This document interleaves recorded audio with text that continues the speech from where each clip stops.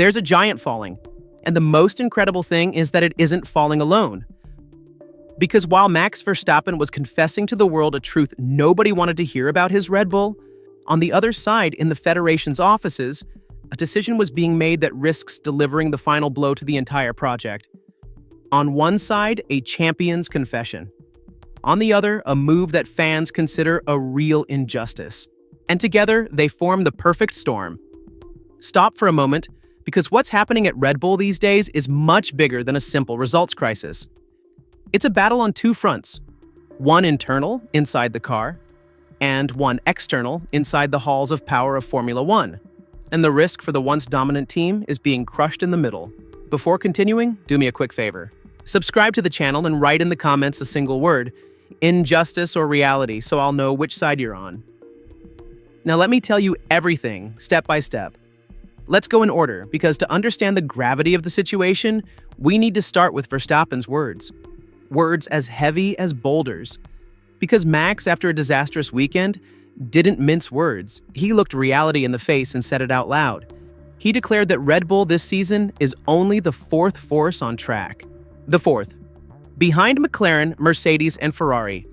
But he didn't stop there, and here comes the heaviest part. Because Verstappen wasn't talking about a passing problem, a bad day, an unlucky track. No, he implied that it's something much deeper. An underlying problem. A structural difficulty that has been dragging on for a while. He explained that it's always the same limitations, the same car balance problems, race after race. Not something fixed with a screw or a weekend of work. Something rooted in the very heart of the project. Stop and let this image sink in. The strongest driver in the world, the four-time champion, the one who, with his talent, has always hidden his car's flaws, now publicly admits that the problem is too big even for him. When a phenomenon like this raises his hands and says there's no magic possible, it means the situation is truly serious. It's not the complaint of just any driver. It's the ruthless diagnosis of the best of them all. And to understand how hard this fall is, you have to remember what Red Bull was until recently. An empire. A war machine that crushed everyone and humiliated the competition race after race. Verstappen would start ahead and disappear over the horizon while the others fought for scraps. And now, in a very short time, that same giant finds itself chasing, picking up the scraps it once left for others. The contrast between yesterday's giant and today's team is so brutal it leaves you speechless. And he added a detail that hurts even more. He pointed out that the other teams have brought upgrades, have improved their cars, while Red Bull has stayed still. And when your rivals run and you stand still, the gap only grows. In practice, Verstappen photographed a team that's sliding backward, overtaken by everyone with no immediate way out. And if you too feel the weight of this confession, drop a like right now and share it. Because now comes the second part of the story, the one that turns a technical crisis into a real political case. Because while Red Bull was sinking on track, far from the spotlight in the Federation's rooms, its future was being decided. And the decision, for the team's fans, has the bitter taste of a mockery. To understand it, we need to talk about a system designed to rebalance the forces in play. A mechanism that allows teams left behind on the engine to catch up, giving them the chance to develop and improve their power unit. So far, it all seems fair, helping those left behind to make the show more competitive. But here comes the twist. Because the Federation's assessment established that Red Bull's engine is the best of all. The benchmark. The best overall when it comes to the combustion engine. And what does this mean? It means one thing only. That Red Bull, being judged the best, receives no extra development opportunity. You heard that right. While the rivals get permission to improve their engines, some even with double development opportunities, Red Bull is left empty-handed, blocked, frozen. Punished, in fact, for being considered too good. And there's a technical detail that makes everything even more questionable. Because the system only evaluates one part of the engine, the combustion part. But the teams that get permission to improve can then also work on other components, like the electrical part. In practice, whoever gets helped doesn't just improve the part where they were behind, but can strengthen the entire package. So a team judged slightly behind could end up building an engine overall superior to Red Bull's. A paradox that flips the original purpose of the system, created to help the weak and not to punish the strong. Imagine the absurdity. On one side, Verstappen shouting that the car isn't competitive. On the other, the Federation saying their engine is so good it doesn't deserve help. Two realities colliding in a stunning way.